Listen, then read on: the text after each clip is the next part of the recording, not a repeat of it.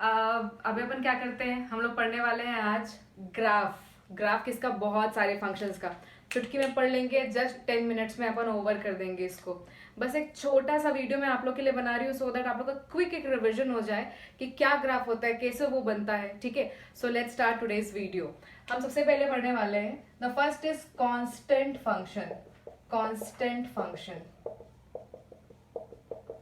ठीक है, ये आपको समझ में आ रहा है? As per the name suggest constant, value change नहीं हो रही है, it is not the variable value. Suppose अपन इस फंक्शन को लेते हैं y इज इक्वल्स टू 5। कुछ भी नंबर ले लो यार, आप लोग के ऊपर है, कोई भी नंबर आप ले सकते हैं। y इज इक्वल्स टू 5 मैंने लिया, कोई भी कांस्टेंट ले लिया मैंने। अगर हम इसको ग्राफ में ड्रॉ करना चाहें, ये मेरा x एक्सिस है, ये y एक्सिस है, आप लोगों को सबको पता है। y इज इक्वल्स टू 5, तो y इज इक्वल्स टू 5 अगर ये 0 है, ओरिजिन है, और मैं देखूं 5, तो ये यहाँ पे होगा y इज इक्वल्स टू 5। अगर मैं x की वैल्यू 1 रखूं तो भी y की वैल्यू 5 ही होगी, 2 रखूं तो भी वैल्यू 5 ही होगी, 3 रखूं तो भी वैल्यू 5 ही होगी, -1 रखूं तो भी 5, -2 रखूं तो भी 5। क्यों सब में 5? क्योंकि आपकी y की वैल्यू डिपेंड ही नहीं कर रही है x से। तो यार अगर इन सारे पॉइंट्स को मैं ज्वाइन कर देती हूँ तो ये कैसा दिखाई देने वाला है? ये देखिए, एक सीधी लाइन जो कि चेंज ही नहीं हो रही है। ठीक है, तो for any value of x your y is not changing. इसका मतलब ये कांस्टेंट फंक्शन है, और ये जो लाइन मैंने बनाई है it is the graph of that constant function. ठीक है, ये हो गया आपका पहला फंक्शन। लेट्स स्टार्ट दूसरा फंक्शन। हम दूसरे फंक्शन की तरफ में आते हैं, आइडेंटिटी फंक्शन। आइडेंटिटी फंक्शन समझना बहुत ध्यान से, इंपॉर्टेंट है। सारे फंक्शंस हमको सबका ग्राफ पता होना चाहिए कि वो कैसे ड्रॉ होता है। बहुत बार क्या होता है ना, 12th के एग्जाम में तो नहीं, लेकिन IIT JEE मेंस में ये बहुत काम आता है। ग्राफ के थ्रू आप बहुत सारे क्वेश्चन सॉल्व कर सकते हैं। आइडेंटिटी फंक्शन, तो पहले बता दो फंक्शन दिखता कैसा है। y is equals to x, है ना, y is equals to x is known as identity function. ठीक है, तो अगर हम इसका ग्राफ ड्रॉ करना चाहें, ध्यान से देखिएगा, this is x axis, this is y axis. ठीक है, x की मैं जो भी वैल्यू रखूंगी y की वैल्यू उतनी ही आने लग जाएगी। ओके, सपोज मैंने यहाँ पे 0 रखा, ये 1 है, ये 2 है, ये 3 है, हियर -1 -2। ओके, एंड यहाँ पे भी मैंने 1 रख दिया, 2 रख दिया, 3 रख दिया, यहाँ -1 -2। ठीक, अब देखो ग्राफ कैसे प्लॉट करते हैं अपन। x की वैल्यू 1 तो y की वैल्यू भी 1, x की वैल्यू 2 तो y की वैल्यू भी 2, x की वैल्यू -1 तो y की वैल्यू भी -1, x की वैल्यू -2 तो y की वैल्यू भी -2। आप देख रहे हैं ग्राफ कैसा बनने वाला है। वाह, ये तो बहुत ही आसान था, है ना। बस एक लाइन बनी है जो कि कहाँ से पास हो रही है, जो कि ओरिजिन से पास हो रही है। कहाँ से पास हो रही है? ओरिजिन से पास हो रही है। ठीक है, तो ये हो गया आपका कांस्टेंट फंक्शन, ये हो गया identity function. Let's come to third function. इसको रब कर देते हैं, तब तक आप लोग समझते चलिए इसको कि क्या हो रहा है। इंपॉर्टेंट है, वेरी इंपॉर्टेंट है, और ये हमेशा यूज आएगा आपको। ठीक है, आइडेंटिटी फंक्शन के बाद our third function is modulus function. कौन सा फंक्शन? यार मॉडुलस फंक्शन। नाम भी याद रखना है आपको, फंक्शन दिखता कैसा है वो भी याद रखना है, सारी चीजें वेरी इंपॉर्टेंट है, right. This function looks like y is equals to mod of x। ये मॉड क्या रिप्रेजेंट करता है, कोई मुझे बताएगा? यस, मैं बता देती हूँ आप लोग को। मॉड का मतलब होता है कि अगर x की वैल्यू चाहे आप पॉजिटिव रखिए या आप नेगेटिव रखिए, आपको जो आंसर मिलने वाला है वो पॉजिटिव ही मिलने वाला है ना।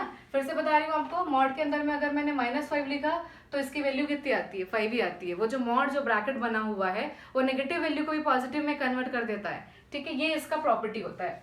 ठीक है, अगर मैं इस फंक्शन को ड्रॉ करना चाहूँ, ध्यान से देखिए, छोटा सा बोर्ड है इसलिए पूरा बोर्ड यूज करके बता रही हूँ आपको, राइट। मैंने यहाँ पे 0 लिखा, ये इज 1 2 3, यहाँ मैंने लिख दिया -1 -2 -3, हियर 1 2 3 एंड कुछ इस तरीके से।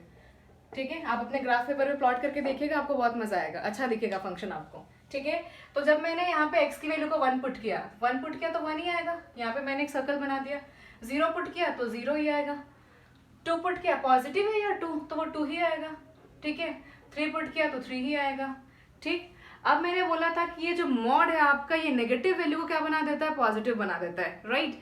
अगर मैंने x की वैल्यू को -1 पुट किया यहाँ पे तो इट विल बी 1, राइट। -1 पे 1, -2 पे 2, -3 पे 3। हम देखते हैं इन पॉइंट्स को ज्वाइन करके किस तरीके का दिखता है। ये बिल्कुल v जैसा दिख रहा है ना, बहुत आसान है। तो आपका जो y is equals to mod of x है, मतलब मॉडुलस फंक्शन का जो ग्राफ है वो बिल्कुल v जैसा दिखता है। कैसा? v जैसा। Okay, get it everyone. अब हम आगे बढ़ते हैं थोड़ा सा, सारे फंक्शंस को मैं डिस्कस कर रही हूँ। 10 मिनट में हम पूरा ग्राफ पढ़ लेंगे, आप कभी भी इसका क्विक रिविजन ले सकते हैं। ठीक है, एक simple fourth function y is equals to 1/x, आप इसको रेसिप्रोकल फंक्शन बोल लीजिए। ठीक है, क्या बोल लेते हैं इसको अपन? Reciprocal function. ओके, अब रेसिप्रोकल फंक्शन का ग्राफ अपन प्लॉट करके देखते हैं कि कैसा आता है। थोड़ा सा इस ग्राफ को प्लॉट करने में थोड़ा सा मैं समय लूंगी, जस्ट बिकॉज ऑफ कि मैं आपको वैल्यूज पुट करके दिखाऊंगी कि वो कैसे कैसे अपना शेप बनाने में वो किस तरीके की वैल्यू ले रहा है। ठीक है, कुछ पॉजिटिव वैल्यू भी पुट करेंगे, कुछ नेगेटिव वैल्यू भी। अब आप समझना मेरी बात को, अगर मैंने एक्स की वैल्यू को 0 पुट किया, अगर मैंने x की वैल्यू को 0 पुट किया तो y विल बी 1/0 मतलब इन्फिनिटी। ठीक है, तो इन्फिनिटी इधर कहीं पे हो जाएगा, है ना, हमको पता नहीं होता वो कहीं भी इन्फिनिटी होता है, राइट। अब जब मैंने y की वैल्यू को पुट किया 1, सॉरी x की वैल्यू को पुट किया 1, तो 1/1 y की वैल्यू भी कितनी आएगी 1, मतलब आपका ग्राफ यहाँ कहीं पे आएगा, आपका पॉइंट वहां कहीं पे आएगा। ओके, सपोज मैंने x की वैल्यू को पुट किया 2, अगर आप यहाँ पे 1/2 पुट करेंगे तो y की वैल्यू कितनी हो जाएगी यार 0.5 ओनली, है ना। मैं थोड़ा सा क्या करती हूँ, 1 को थोड़ा दूर ले रही हूँ ताकि आपको क्लैरिटी हो विजन में। ये 1 यहाँ लिया मैंने, ठीक है, तो मैंने 1 यहाँ पे ले लिया, ठीक, तो 1 पे 1 यहाँ पे अपन का मिल गया था। नाउ जब मैंने 2 पुट किया, जब मैंने x की वैल्यू को 2 पुट किया, सो 0.5 मिलेगा, 1/2 इज इक्वल टू 0.5, y की वैल्यू 0.5, तो मैं इन दोनों को ज्वाइन करके देखूंगी तो यहाँ कहीं पे मेरे को एक पॉइंट मिलेगा, राइट। सिमिलरली जब मैं x की वैल्यू को 3 पुट करूंगी, whenever I put x is equal to 3, so I will get 1/3, 1/3 मतलब कितना होता है 0.33 होगा, राइट, तो यहाँ कहीं पे होगा यार वो 0.33, तो 3 पुट करने से 0.33, मतलब अगर मैं पॉइंट लोकेट करूँ तो यहाँ कहीं पे आ रहा है। तो आप देख रहे हो ना, आपका ग्राफ जो है वो इधर से ऐसे चालू होके ऐसा कुछ बनता है, ठीक है। वैसे ही नेगेटिव साइड में करेंगे तो ऐसा कुछ बनेगा। आप पॉइंट्स पुट करके देखिएगा, आपको समझ में आएगा, क्योंकि मेरे पास में ग्राफ पेपर नहीं है तो ये कुछ इस तरीके से लोकेट कर रहा है। अगर मैं इसका एक फेयर ग्राफ बना के दिखाऊं तो it will look like this, ऐसा और ऐसा, ठीक है ना। तो ये क्या हो गया हमारा, ये हो गया हमारा रेसिप्रोकल फंक्शन, ये हमारा फोर्थ फंक्शन था। अब अपन जल्दी से चलते हैं ट्रिग्नोमेट्रिक फंक्शन में। क्लास 12 के बच्चों को ट्रिग्नोमेट्री की सारी वैल्यूज पता होती है, IIT JEE वाले बच्चों को भी ट्रिग्नोमेट्री की सारी वैल्यूज पता होती है, तो मैं जल्दी से आपको sin x, cos x और tan x ग्राफ बना के दिखा रही हूँ, ठीक है, वेरी क्विक, है ना। आपको बस इतना पता होता है, आपने ये बना दिया x है और ये क्या y। आप सबको पता है कि साइन का रेंज है -1 to 1, कॉस का भी रेंज है -1 to 1, मतलब अगर मैं सिंपली साइन एक्स और कॉस एक्स ग्राफ ड्रॉ करूं तो उसका जो एल्टीट्यूड है वो -1 से 1 के अब और बिलो नहीं जाएगा, गेट इट। तो हम क्या करते हैं, यहाँ पे हमने एक 1 लिख दिया, यहाँ पे -1 लिख दिया, और इसको मैं एक डॉटेड लाइन अपने सुविधा के लिए खींच रही हूँ, अपनी सहूलियत के लिए, ठीक है एवरीवन। अब मुझे बताओ यार, जब मैं साइन का ग्राफ ड्रॉ करूंगी तो बहुत सीधी सी बात है, ये जो एक्स वाला एक्सिस है आपके एंगल्स को रिप्रेजेंट करता है। किसको रिप्रेजेंट करता है, एंगल्स को। आप डिफरेंट डिफरेंट एंगल्स पुट करेंगे, उसके अकॉर्डिंग आपको y equals to sin x मिलता जाएगा, ठीक है। तो अगर मैंने सबसे पहले लिया y equals to sin x, 0 put करो, sin 0 की वैल्यू कितनी 0, तो यहीं पे ही आएगा वो पॉइंट, ठीक है। sin 45, sin 90, सारी वैल्यू आपको पता होती है, तो sin 90 पे वैल्यू कितनी होती है 1, गेट इट। उसके बाद फिर 180 पे वैल्यू कितनी होती है 0, फिर 270 पे वैल्यू कितनी होती है -1, ठीक है, और 360 पे वापस से 0, तो आपका ग्राफ कुछ ऐसा दिखाई देने लग जाएगा, है ना। आप बीच की 0 to 90 से लेकर के सारी वैल्यू पुट करके देख सकते हैं। आपको किसी के दिमाग में ऐसा आएगा, मैम ये ऐसा कर्व जैसा क्यों आया, आप ऐसे स्ट्रेट लाइन क्यों नहीं खींचे। आप बेटा पुट करके देखिएगा, 45 पे इसकी वैल्यू 1/√2 होती है, जो कि 0.707 ऐसा कुछ होता है, ठीक है। 60 पे √3/2 होता है, वो 0.8 होता है। तो जब आप उन पॉइंट्स को यहाँ पे लोकेट करेंगे ना, तो वो कभी भी स्ट्रेट कर्व नहीं देगा, ऐसा ऐसा स्ट्रेट लाइन कभी भी नहीं आएगा, it will be like this. आप बस एक साइकिल को ड्रॉ करके देखिएगा, ठीक है। तो ये क्या हो गया, आपका sin x बन गया। सिमिलरली अगर मैं यहीं पे cos x बनाऊं, ठीक है, तो ये अगर मेरा फंक्शन है, मैं इसी ग्राफ में आपका cos x से बना रही हूँ। अब आपको एक और क्वेश्चन आएगा कि मैम 360 तक बस नहीं, sine is a continuous function, वो आगे ऐसा चलता रहेगा, इधर भी और इधर भी। मैंने आपको सिर्फ एक साइकिल बना के दिखाया है, कहां से कहां तक का, 0 से लेकर के 360 तक का, ठीक है। अब बताती है y equals to cos x, cos की वैल्यू 0 पे कितनी यार 1, तो मेरा फंक्शन यहाँ से स्टार्ट होगा। साइन कहां से स्टार्ट हुआ था 0 से, cos कहां से स्टार्ट होगा 1 से स्टार्ट होगा। मैंने यहाँ पे 1 और -1 पहले से लोकेट करके रखा हुआ है, ठीक है। cos की वैल्यू 90 पे कितनी 0, मतलब ये नेक्स्ट पॉइंट ये है। cos की वैल्यू 180 पे कितनी -1, मतलब नेक्स्ट पॉइंट ये है। cos की वैल्यू 270 पे कितनी कितनी होती है, cos की वैल्यू 270 पे 0, एंड cos की वैल्यू 360 पे कितनी होती है 1। अब देखिए इन सारे पॉइंट्स को मैं ज्वाइन कर रही हूँ, बन गया cos x बन गया। ये भी आपका कंटिन्यूअस फंक्शन है। The blue graph is showing you the function sin x, and black graph is showing you cos x, है ना, ये कंटिन्यूस फंक्शन है, it will go on. Okay, अब इसको हम फट से रब कर देते हैं। आई होप आप लोग को सब कुछ समझ में आ रहा होगा, और अगर नहीं समझ में आ रहा है तो मैं डिस्क्रिप्शन में मैंने अपना ईमेल आईडी दिया है आपको, आप वहां से जाकर के अपने डाउट्स मुझे भेज सकते हैं। ठीक है, अब बात आती है 10x की। बस मुझे इतना बता दो, what is the value of 10 0 0, what is the value of 10 90 infinity, है ना। तो हम बस इसका एक साइकिल देखेंगे। यहाँ पे देखो आपको पता है कि इंफिनिटी हम प्लॉट कहीं पे नहीं कर सकते, उसको ऐसे दिखाना पड़ता है कि कहीं वो जा रहा है, राइट। तो हमने क्या किया, ये मैंने 0 बनाया, ये मैंने क्या बना दिया, 90 बना दिया। 10 की वैल्यू 0, जब मैं यहाँ पे x की वैल्यू को 0 पुट करूंगी तो ये कितना आएगा, 0 आएगा, तो एक पॉइंट ये हो गया मेरा। जब मैं यहाँ पे 90 पुट करती हूँ x की वैल्यू को, so my 10 will y is equal to 10 90, तो y की वैल्यू कितनी हो जाएगी, इन्फिनिटी। तो इन्फिनिटी इधर कहीं, तो आपका ग्राफ कुछ ऐसा बनेगा और ये नीचे ऐसा आएगा। ठीक है, आप देख सकते हो कि 10 की वैल्यू 45 में कितनी होती है, 1, तो ये यहाँ पे 1 के आसपास में आ चुका है वो। ठीक है, इस तरीके का ये फंक्शन कंटिन्यू होता है। आप जब किसी भी तरीके की बुक को, कोई भी रेफरेंस बुक है, टेक्स्ट बुक है, आप रखेंगे अपने पास में, ग्राफ को सामने रखिएगा, मेरा वीडियो सामने रखिएगा, मैच करवाइएगा, आपको सब कुछ समझ में आने लग जाएगा। तो ये हुए हमारे छोटे छोटे साइन, कॉस एंड 10x। अब हमारे पास में और एक फंक्शन आता है जो कि है बहुत बड़ा फंक्शन, जिसका नाम ही है greatest integer function. The next function is greatest integer function. Greatest integer function बहुत अच्छा फंक्शन है, एंड यहाँ से बहुत सारे क्वेश्चंस बनते हैं। सो अगर आप ग्रेटेस्ट इंटीजर फंक्शन समझ गए यहाँ पे, तो आपको बहुत प्रॉफिट होने वाला है। ठीक है, so let's start greatest integer function. सबसे इंपॉर्टेंट बात यह है कि कैसा दिखता है, इसकी क्या प्रॉपर्टी है, वही समझेंगे, फिर अपन इसको प्लॉट करके देखेंगे। Get it, y is equals to एक बिग ब्रैकेट बना के मैंने उसके अंदर पे क्या लगा दिया, x लगा दिया। ठीक है, अब जैसे अपन ने मॉड में क्या पढ़ा था कि x की वैल्यू नेगेटिव हो तो भी पॉजिटिव, पॉजिटिव हो तो भी पॉजिटिव, मतलब वो जो पैरेलल ब्रैकेट हम लगाए थे उसका कुछ वैल्यू है, राइट। सिमिलरली ये जो आपको दिख रहा है, this is not the big bracket, it is greatest integer function. Okay, ये क्या है आपका greatest integer function. whenever the question will come from this topic, the question will tell you that this bracket represents greatest integer function। तो आपको ये सोचने की जरूरत नहीं है कि मैम कब हम लोग इसको ब्रैकेट समझेंगे, कब हम लोग इसको ग्रेटेस्ट इंटीजर फंक्शन समझेंगे। ओके, तो हम पढ़ने वाले हैं ग्रेटेस्ट इंटीजर फंक्शन। नेम से हमको थोड़ा थोड़ा समझ में आता है ग्रेटेस्ट वैल्यू, बट मैं आपको बता देती हूँ क्या होता है। सपोज इस ब्रैकेट के अंदर मैंने x की वैल्यू को रखा 1.2, तो ये जो ब्रैकेट है वो इस 1.2 को क्या बना देगा, 1 बना देगा। ये 0.2 वाली वैल्यू हट जाएगी, इसका मतलब मैं बताऊंगी 1.3 को भी 1। तो ये क्या हो रहा है आपको पता है, ये 0 है, ये 1 है, ये 2 है ना। तो मैंने जब 1.2 रखा या मैंने 1.3 रखा, तो this bracket making this 1.2 and 1.3 a value just before it. ठीक है, N integer value just before it. 1.2 के पहले तो बहुत सारे इंटीजर्स हैं, पर उसके जस्ट पहले वाला इंटीजर कौन है, तो 1.2 के जस्ट पहले वाला इंटीजर क्या है, 1 है। सो 1.2 अगर आप इस ग्रेटेस्ट इंटीजर फंक्शन के अंदर लिखते हैं तो ये कितना हो जाता है, 1।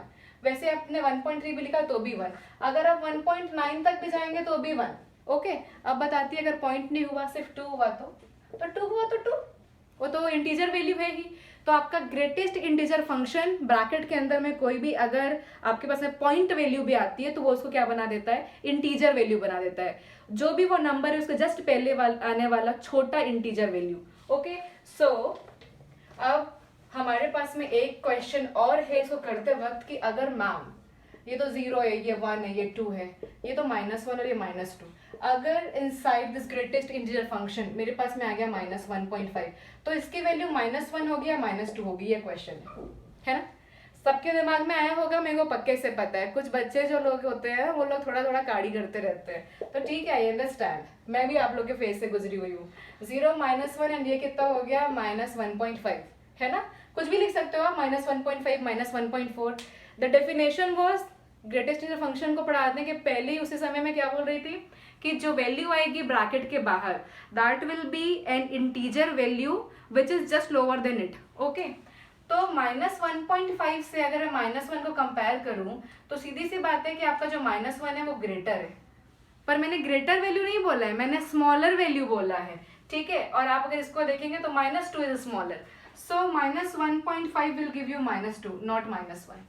Get it. वैसे ही अगर मैं सपोज मैंने लिखा -2.2, so it will B -3। Not -2।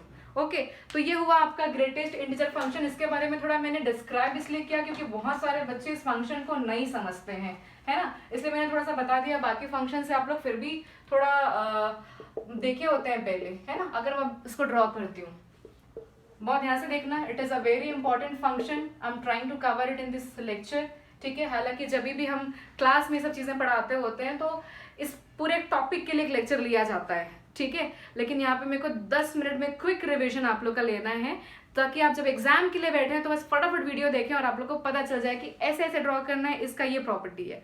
Okay, तो अपन यहाँ पे लिखेंगे 0। हमको पता है अगर इस x के अंदर में 0 आ गया तो ये 0 ही होगा, तो ये यहीं पे रहेगा, ठीक है। लेकिन अगर मैंने 0.1 लिया तो भी 0 होगा, 0.2 लिया तो भी 0 होगा, it will be 0 up to 0.9। Clear everyone, ठीक है। मैंने यहाँ पे 1 लिखा, यहाँ 2 लिखा, यहाँ भी सॉरी यहाँ 1 लिखा, यहाँ 2 लिखा। सो 0.1 यहाँ है तो भी वो 0 ही है, 0.2 यहाँ है तो भी है, 0.9 तक वो 0 ही है। तो ये मैंने यहाँ पे डार्क लाइन ड्रॉ करी, पर जैसे मैंने यहाँ पे इस ब्रैकेट के अंदर में 1 रखा, इट विल बी 1। तो जैसे ये 1 के पास में पहुंचा तो मैंने यहाँ पे एक ओपन सर्कल बनाया। क्या बनाया? ओपन सर्कल, क्योंकि इसकी वैल्यू यहाँ पे कितनी आ गई? 1। तो 0 से लेकर के 1 तक, पहले 0 से मैंने क्लोज सर्कल बनाया, डार्क लाइन बनाई, बट जैसे वो 1 पे पहुंचा मैंने एक ओपन सर्कल बनाया। 1 पे इसकी वैल्यू कितनी हो गई है? 1 हो गई है, तो 1 पे मैंने यहाँ पे डार्क सर्कल बनाया। Dark circle represents included value and open circle excluded value, ठीक है। अब देखिए, व्हेनेवर आई विल पुट 1.1 तो ये क्या हो जाएगा? 1, 1.2 तो भी ये 1, मतलब 1 से 1.1, 1.2 में x वाली एक्सेस में पुट करते जाऊंगे and I will be getting value 1 only.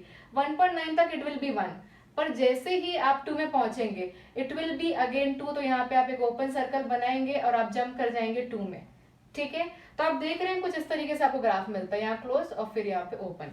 Similarly अगर ये -1 है, -2 है, -3 है, आप इसी तरीके से आप इसमें आगे बढ़ सकते हैं। तो ये कैसा हो जाएगा? यहाँ क्लोज, यहाँ ओपन, यहाँ क्लोज, यहाँ ओपन, ठीक है। आपने बुक्स में देखा होगा, आपको इसी तरीके का ग्राफ दिखता होगा ग्रेटेस्ट इंटीजर फंक्शन का। तो यही है वो ग्राफ जो आपको परेशान करता है।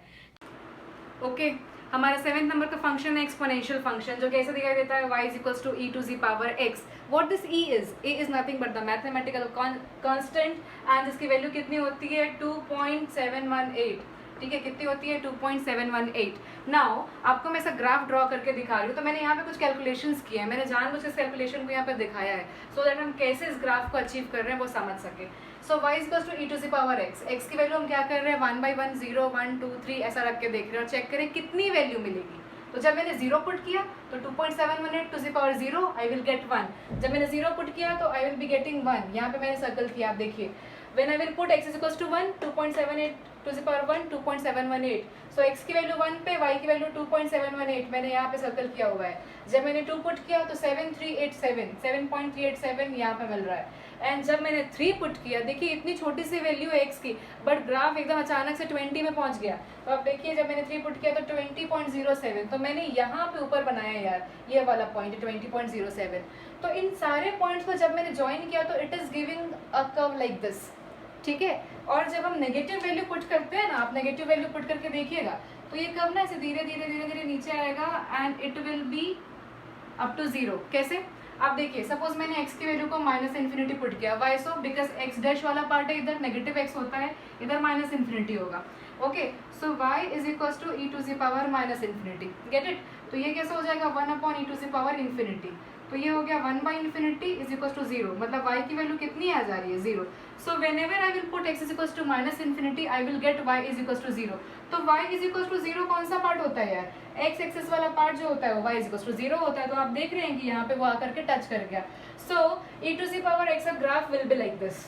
ओके, अब इसके बाद मैं आप लोग को लॉग फंक्शन पढ़ाने वाली हूँ, वहाँ पे आप देखिएगा कि उसका ग्राफ जस्ट इसका मिरर इमेज होता है, वो कुछ इस तरीके से बनता है, ऐसा, ठीक है। उस ग्राफ में मैं आप लोग को दिखा दूंगी।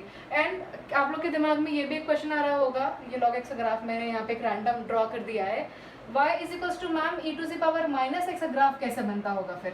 ठीक है, तो मैं बोलूँगी आप लोग चेक कर लेना। नहीं यार, बता देती हूँ, ठीक है। तो y = e to the power -x एक छोटा सा ग्राफ यहाँ बना रही हूँ, ये आपको दिखाई देगा कुछ इस तरीके से, ठीक है, आप वैल्यूज पुट करिएगा, रख के देखिएगा आपको आंसर मिल रहा है कि नहीं तो फिर मेरे मेल आईडी में आप मेरे को अपने डाउट्स को भेजिएगा अगर आप ड्रॉ करने में कुछ आपको डिफिकल्टी फील हो रही होगी। ठीक है, सो देखिए let's have the function y equals to log x। अब आप बोलोगे मैम आपने यहाँ पे ई क्यों लिखा है? यार मैथ्स में we will always use natural log.